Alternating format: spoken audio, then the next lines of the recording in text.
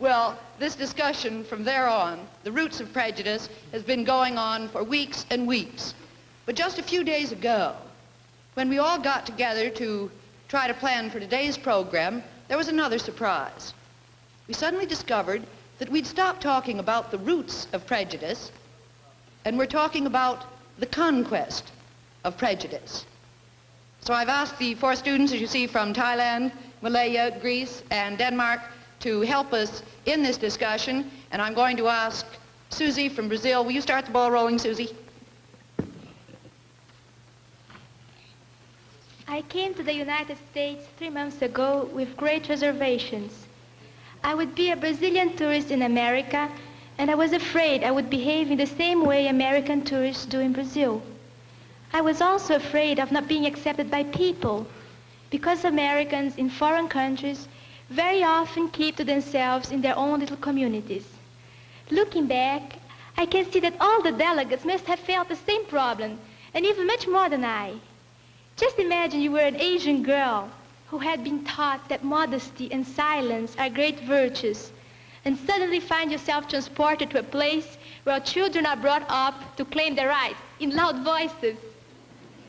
Or imagine you were an African or an Asian coming here for the first time in their lives and knowing that Americans discriminate against Negroes and Asiatics. For you must realize how much these facts about America are headlining the rest of the world. Nearly all, our fears were unfounded. Right from the moment we stepped on American soil, we felt at home.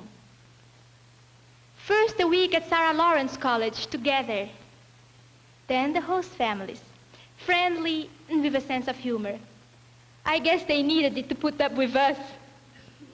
We went to school every day, came home at 3 p.m., did our homework, ate dinner, watched TV like real Americans. Occasional parties, maybe babysitting. Just imagine, 50 cents an hour for doing nothing. And, of course, the continuous yakking with our hosts about any subject, yes, any subject at all. We've really gotten to know the Americans, a large-hearted people with an exceptional ability to laugh at themselves. What about your relations with each other, Susie? The most astonishing thing was the casual miracle that made us. We were 34 nationalities, cultures, and the background into one big family. Of course, there were some shocks at first. I come from a very religious country, and I was horrified at Moen's statement that people in Denmark just don't care so much about religion. Sami from Korea was shocked at John's rather rude interruptions of Mrs. Waller. Swan from Malaya was shocked at seeing American boys actually kissing girls in public. Ibrahim from Lebanon, on the other hand, just can't understand how Sangmi is ever going to get married if she isn't allowed to have dates in Korea. Soon enough, all these turned into amusing memories, and we became what we intend to remain for the rest of our lives, friends. It's not just a happy-go-lucky, come-as-may-come friendship either. This opportunity we had of being able to talk to each other about the world's problems and about our own troubles, which are, of course, much more important, about literature, art, and about plain nonsense. To be angry with each other and happy and sad makes us more than friends. We are brothers and sisters. In 3 days, we'll be going back to our countries, and the family will spread out all over the world. So the feelings of hate or mistrust or indifference we feel towards a certain country, you have to compete with the love we feel for a member of the foreign family that lives there. Thanks very much, Susie. Now, just for fun, I kept a copy of what every one of you said 3 months ago when I asked you what your image of America was on arrival. Swan, Lehup Swan from Malaya, would you be a good sport and admit to us now some of the things you said then? Well, I thought that America was a land of reckless people, irresponsible, indifferent, ambitious, and too materialistic-minded. Before I came, I believed that Americans drive in big cars, at about 100 miles an hour through the busiest streets, and that they don't care whether they knock down anyone or not. I also thought that American teenagers, well, had no cares or duties, that they did just what they wanted all day long, and they had fun all the time. I also thought that they were rather lightheaded. That was the impression I got from the movies, and that they gave way to their passions very easily. Do you think we were like any resemblance between us and the British? Well, I hadn't actually met Americans, so I thought that they were more or less like the English, the British, I mean, and that therefore they were very snobbish. I thought that they thought too much of themselves, and that religion played no part in their daily lives, that they were hard-hearted, self-centered, and that whatever they did, they had a very selfish reason for it. You see, I had never had any contact with American people before, and the things that I really know now about the people here after 3 months are so completely opposite to what I thought I knew when I first came that I blush when I have to admit that I ever said them at all. Let's get a couple more. Trevo from Yugoslavia, what was your image of America when you arrived? Go to the mic, will you? I think that in Yugoslavia we have a correct picture of American way of life. When I thought about America, I thought about the Taft-Hartley Act, the law that changed labor policy in many important angles, the Smith law against the communists, the Arthur Miller incident, and about the attitude against the Red China. Yes, Saroj from Thailand, how about you? In my country, the teenagers show their greatest respect to their parents and teachers. We can't show our rude manners to them. We can't consider them to be our playmates. We can't stare at them. We can't start to eat until they do, and we can't touch their heads. And when we come into a room where an older person is sitting, we have to bend down very low so that our heads will never be higher than theirs. And we think that the way you dance is rather rude, not just only rock and roll. And most of the parents in my country, they do not allow their daughters to learn your way of dancing when they are still teenagers, because they consider it bad to let a man catch them. Now, after these 3 months, I know a lot more about the Americans, and I understand them much better than I ever did in my life. And now I don't think anymore that the teenagers are very bad, very lazy, and very rude. And about rock and roll, when I first tried, I came to like it suddenly. Back home in my country, when we see anyone walking with his head bending out, we make fun of him by saying he just came from abroad. But now I realize that walking here is like that because the weather is so cold, so that you have to bend your head down. I'm sure that when I get back home, I'll be changed so much that my parents will be shocked. I won't be so shy anymore, and maybe I'll always like to have the discussions with my friends. Oh, you are not the only one, Cyrus. I can just imagine the look on my parents' faces when I come home in a loud shirt and say, have a ball. It's really funny how all of us have changed. I remember how convinced I was about some of my values when I first came here. And, for example, that the intellectual values were so much higher than any of the others. Now I can't even see how we can ever classify values. I've seen that every valuation depends entirely on the individual. Well, the more I think of it, the more I arrive to the point where every idea seems to be a prejudice, because we can never know what is right and wrong. Therefore, I reached the conclusion that the only thing we have got to do is to stick to the golden mean and avoid extremes. But, Mons, how can you say that? Don't you think that the golden mean is something very mediocre, created for the masses, and that everything great comes from, oh, I don't know, a disturbance, a breaking of rules, a surpassing of mediocrity? Well, I think that all firm convictions are narrow-minded and prejudiced. All the same, I must realize that I have prejudices myself, against non-intellectuals too. One part of me doesn't want the prejudice, but my egoistic center is just delighted to have an opportunity to feel superior, and therefore it wants to stress the prejudice as much as possible. Yes, Krishnan from India. Go ahead. I think you are right, Mons. This is also the way the educated man in India feels. See, it's our biggest social problem. The laborer, for all purposes, is still a social outcast just because he's uneducated. And there's a distinctive discrimination between those who can speak English and those who can't.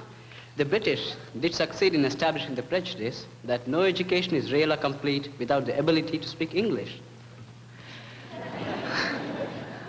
Actually, on this point, I think I changed quite a lot.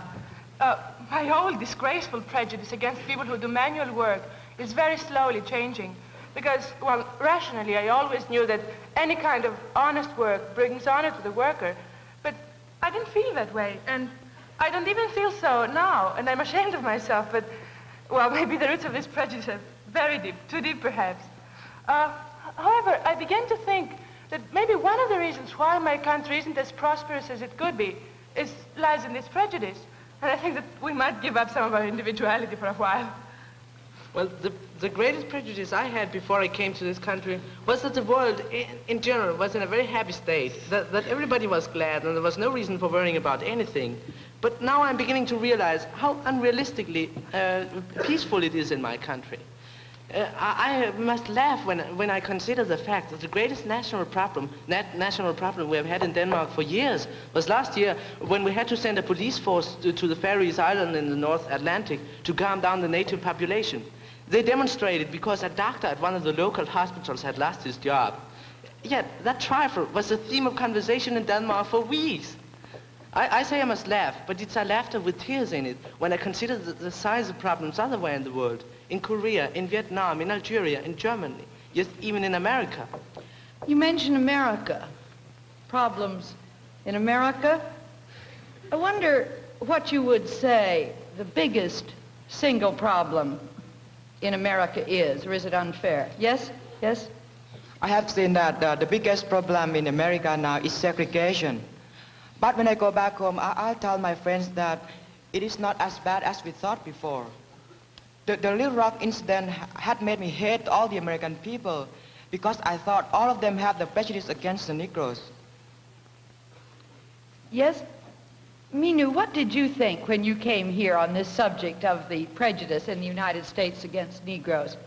I had a sort of an idea that the government here appointed to kill Negroes. I'm sorry, appointed? Committees. Appointed committees to Yes, kill Negroes? To kill Negroes. I read about secret organization that wear masks and goes out to kill colored people. Now I have understood how much the stories about Ku Klux Klan are exaggerated. And there are just a few members of fanatics. Well, we're awfully glad that preconception got changed. Wait, just a minute. I want to come back to Saroj from Thailand. At least I expected that I would see the white chase the Negro from the bus. And I really didn't expect to see a white dancing with a Negro. But now I have seen it, and it impressed me very much. Marcella from Italy, yes? I don't quite agree with you, Saroj. I think that you saw only the nice side of the problem. Because in Williamsburg, my roommate was a Negro from the South.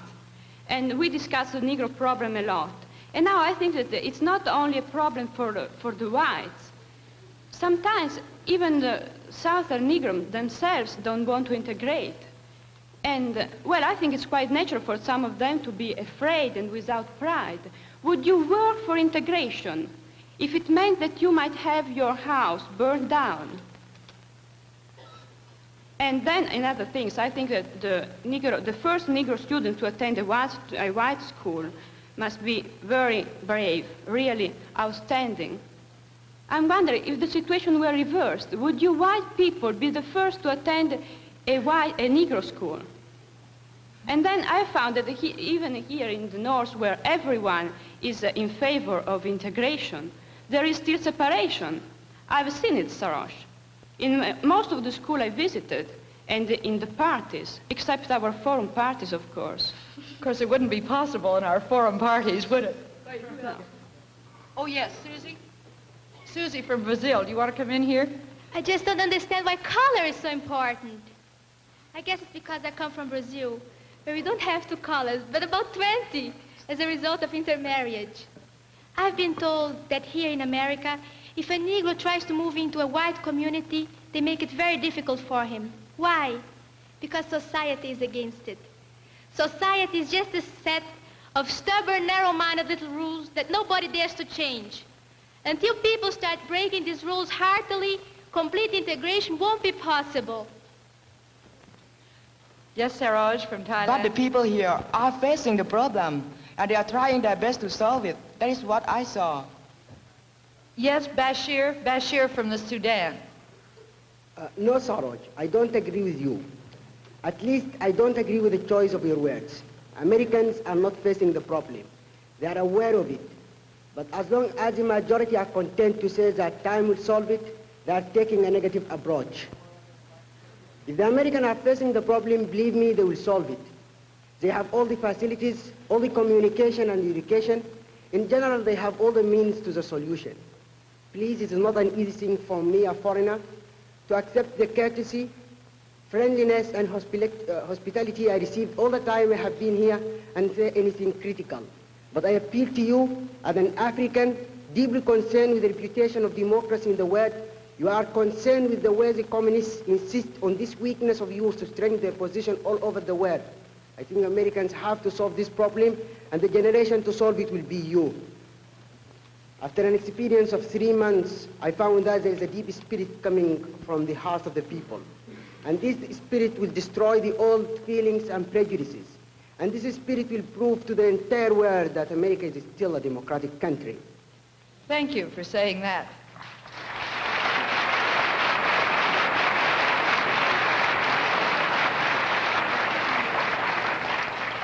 Yes, Ritva from Finland. I don't think it is quite fair to speak only about the prejudices in America when there are so many in our own countries that are very similar. Yes, Faluke from Nigeria.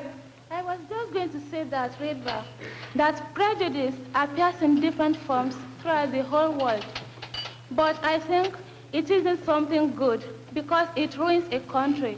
For instance, in my country, where there are three different tribes, there is a feeling of mistrust, which of course is slowing down the movement towards a free federation of Nigeria.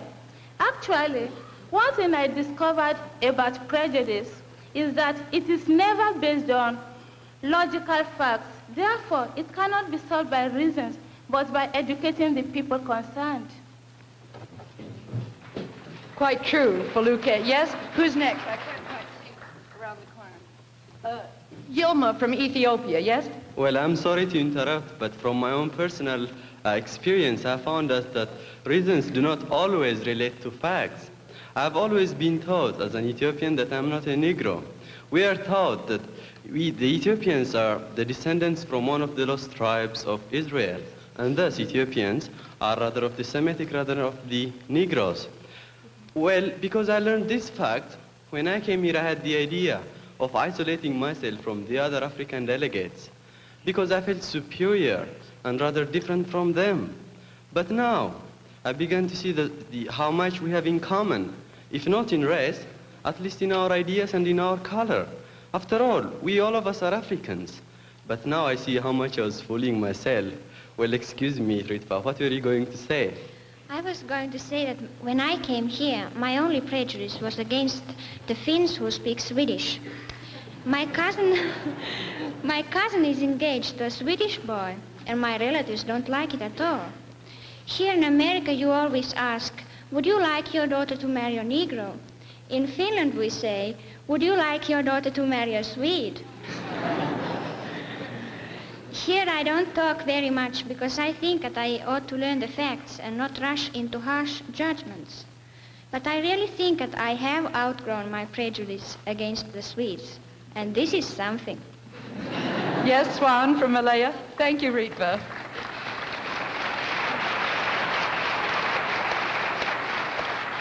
This is something that I want to say very badly. When I first came to USA, my prejudices were not only against the Americans. You see, I had many prejudices, and in some discussions on television in Washington, and during the time before that, I was very proud to be a Chinese. But now I'm changed, And I thank the other delegates who are responsible for this. You see, they more or less taught me that I should be a Malayan and not a Chinese.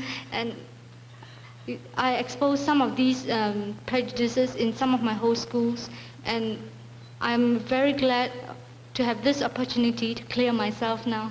The same thing is true for me, too. Actually, it seems to me that I almost can't criticize anyone anymore. Isn't that a wonderful thing to gain in 3 months? However, I'm still concerned about something I've noticed here, and it seems like a prejudice to me. That's the super-nationalism of Americans. I was quite surprised to find an old man who had come from Germany and who told me, you know, you're almost as good as an American. Why don't you come to live here? I was so stupefied I could hardly speak. How would you feel if you came to Athens and someone said, you know, you're almost as good as a Greek. Why don't you give up your American citizenship and come to live here? Well, many of us in the forum group have wondered about that point. There must be a reason for it, don't you think so? Oh, well, of course there must be a reason for it. But behind that national pride that seemed to me like, oh, intolerance and narrow-mindedness, I could see that these people didn't like the society in Europe that had rejected them and had a feeling of gratitude to America that had given them the opportunity to do something with themselves, even to feel aristocratic. And I think I'm quite ashamed because many of the Greek immigrants to the United States must feel the same way. And actually, I don't see how we can stand to create such an atmosphere for a great part of our population. I'm sure now, more than ever before, that we have great responsibilities to the people on whom we almost have to stand in order to ascend. That's quite a change in you, Ike. The intellectual proponent of the elite that arrived here. But that still isn't more than half the answer to the question Mons posed, the question, why is there this supernationalism of the Americans? Do you think there's any reason for this same feeling in the Americans who are not recent immigrants, who've been here for a long time? Well, wait a minute, let Françoise from France. Well, I hadn't thought about this until very recently. And it's something difficult to understand for most of us who belong to lands that are, I should say, as old as history. You see, when you learn your history, you learn about these people who came from everywhere here to be Americans because they found here opportunities that they didn't find in Europe, for example. When we learn our national histories in our schools, these people who came here because they wanted to be free and who preferred to be American citizens are mostly not mentioned at all. I had an experience similar to Ike's in a high school in the Bronx. I met a girl who had just fled from Hungary, and she told me how wonderful it was to be truly free. And here she could really, she was able to become true what she had always desired. And I think these are the people who are more American than the Americans themselves because they feel what American freedom is. And these are those who made me understand what American freedom was. Well, it all depends on what you mean by real freedom. I don't know, freedom can become a burden if you get too much used to it. And so does the acquisition of any other right without constant research for it. When you're all happy and satisfied with yourself, what is the way to progress? And it has always seemed to me that you have to be very unhappy and dissatisfied in order to achieve and to attempt, first of all, and to achieve anything great. There's another thing that troubles me. Has religion here become so much a part of everyday life that it's too much taken for granted? Here, people don't seem to rediscover religion every moment, constantly, but just to conciliate it with all their other social activities. And the great problems of humanity, the problem of the existence of God, of the creation of the universe, of the real purpose of our life, don't seem to trouble people that much here. I remember once having spoken to a girl, a college girl, about these things, and she said to me, I had never thought of it before. I'll think of it tonight and tell you tomorrow. How unlucky she seemed to me. It seems that she had missed so much of the fun of life. But then she didn't realize it, so perhaps she didn't miss it. However, I think that some of us Europeans, degenerate and decadent though they may call us, are still far more concerned with the philosophy of religion than people here. And I'm glad for the mystic attitude and the great concern for the important problems of human beings that, oh, it seems to me that still exist and burn in us in Europe and Asia. Objections, Why? objections. Speak for yourself. I think we have done with these ancient medieval problems. I'm sure there are far more atheists in Europe than there are in America. Even so. Well, but there is one thing. It has been so much alike in Denmark and America, and I have to protest about it. I feel so much a part of it, so much home in my host families and communities that I have not had a chance to feel I was in a foreign country. Well, in summary, I would say that it has been of the greatest importance to me, and I suppose to many of us, to realize once again how values change in different social and historical environments. I've been thinking more and in a different way on this idea of the freedom of the individual. And for the first time in my life, I realize now that some people can find freedom in society just by filling the responsibilities to others and not in solitude as I thought before. Also, I had not realized the importance of America as a new country, a new world, where you can see the human evolution and where new wonderful things can happen, but also a decline be brought as well. I had not seen how our civilization in Southern Europe is declining and how better Americans are in some ways. I think Americans are so full of strength that they prefer to live rather than to play intellectual games as we do. And also, I've seen some of the disadvantages of the democracy, the danger of a leveling off of all people. But the most important thing for me was that I saw that there are so many beautiful things to see, to hear, to discover in life, that for the first time in my life, I'm now very sure I want to live. And in this way, I've gained an affirmative position to life, which I never had before. And I think it's the greatest gift for which I have to thank America. And thank you for saying that to us, Ike.